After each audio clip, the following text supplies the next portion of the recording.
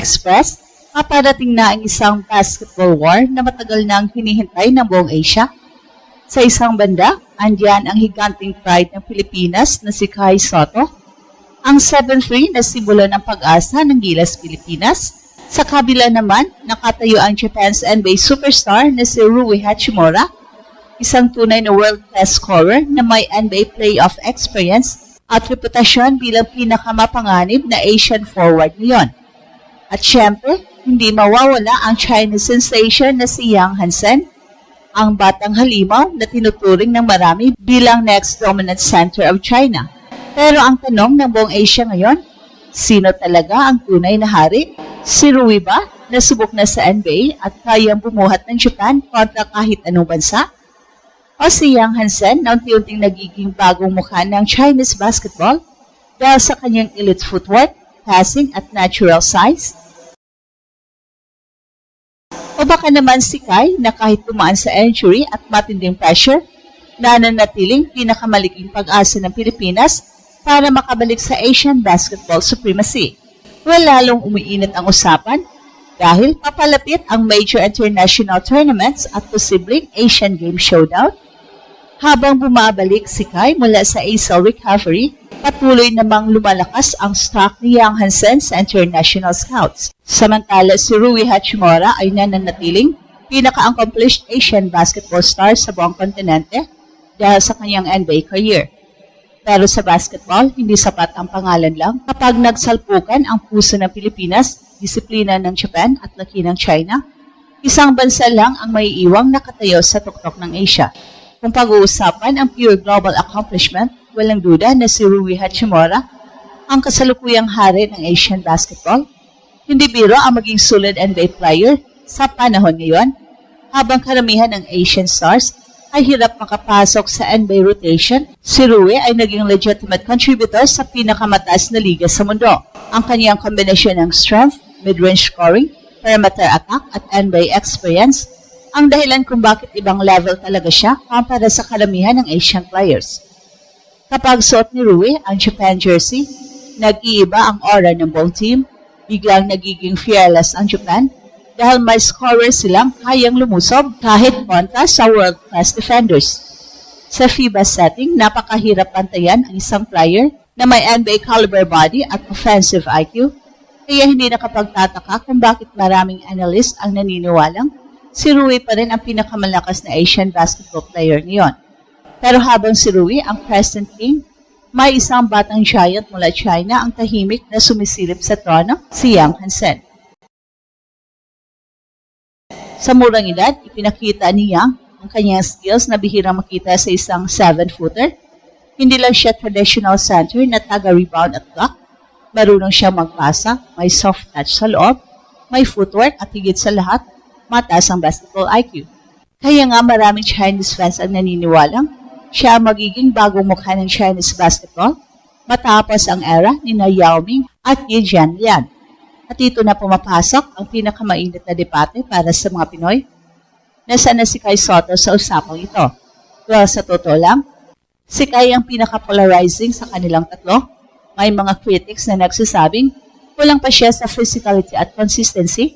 Pero kapag makita mo ang impact niya sa Gilas kapag healthy siya, mararamdaman kung bakit napakalaki ng kanyang potential para sa Pilipinas. Ang kanyang rim protection, shot altering presence at improved perimeter skills ay nagbibigay ng ibang identity sa Gilas na matagal nang nating hinahanap. At ang mas nakakatakot, hindi pa fully healthy si Kai nitong mga nakaraang buwan dahil sa kanyang ACL recovery process. May mga ulat pa nga na hindi muna siya sumali sa ilang events para unahin ang rehabilitasyon at conditioning ng kanyang katawan. Pero alam ng buong Asia ito, kapag bumalik si Kai sa kanyang pinakamahusay na kondisyon, ibang klaseng problema na naman ang haharapin ng mga kalaban ng Gilas. Pero kapag pag-uusapan natin ang tunay na laban sa Asian Games, hindi lang individual talent ang basehan.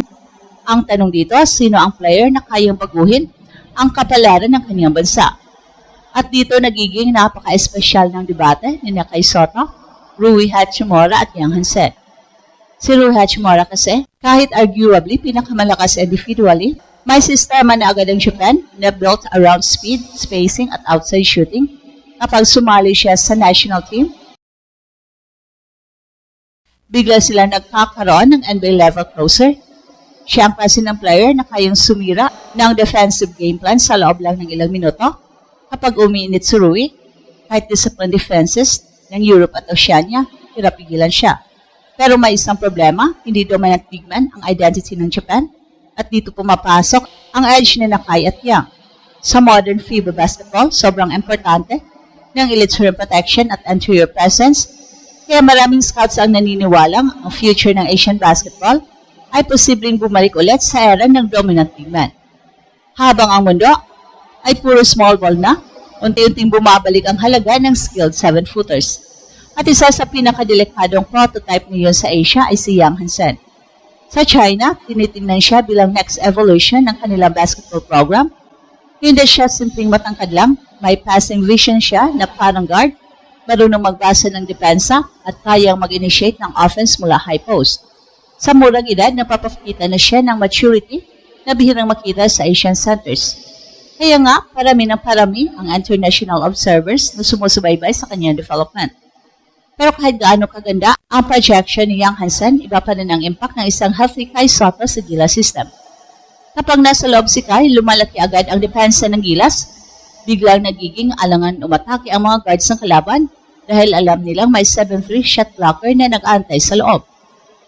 Hindi lang yon, mas gumaganda ang kanyang mobility at offensive confidence bago nangyari ang ACL injury niya noong early 2025 habang naglalaro para sa Japan D-League. At kahit dumaan siya sa pinakamahirap na injury ng kanyang career, hindi bumitaw si Kai sa kanyang pangarap. At sa mga huling updates, sinabi niya on track ang kanyang recovery habang target niyang makabalik ng buong lakas matapos ang rehabilitation process. Kaya ngayon, parang tatlong magkaibang mukha ng Asian basketball ang naglalaban. Si Rui Hachimura ang simbolo ng present dominance, si Yang Hansen ang simbolo ng future potential, pero si Kai, siya ang simbolo ng pag-asa, emosyon at pangarap ng isang bansang gutom nang makabalik sa tuktok ng Asian basketball. At kapag dumating ang araw na magsasalpukan ng Japan, China at Gilas sa Asian Games, hindi lang ito laban ng skills, laban ito ng pride, laban ito ng basketball identity ng buong Asia. At sa dulo ng lahat ng debates, stats, highlights, and comparisons, isang bagay ang malinaw na sa bagong golden era na ulit ang Asian basketball, hindi lang basta underdog continent ang Asia. Ngayon, may NBA stars na tayo, world-level prospects at manggahiganting kaya makipagsabayan sa pinakamalakas na bansa sa mundo. Si Rui Hachimura ang patunay na kaya magtagumpay ng Asian players sa NBA stage at si Yang Hansen naman ang mukha ng susunod na henerasyon ng Chinese dominance. Pero si Kai, siya ang kwento ng isang bansang hindi sumusuko kahit ilang beses nang nabigo.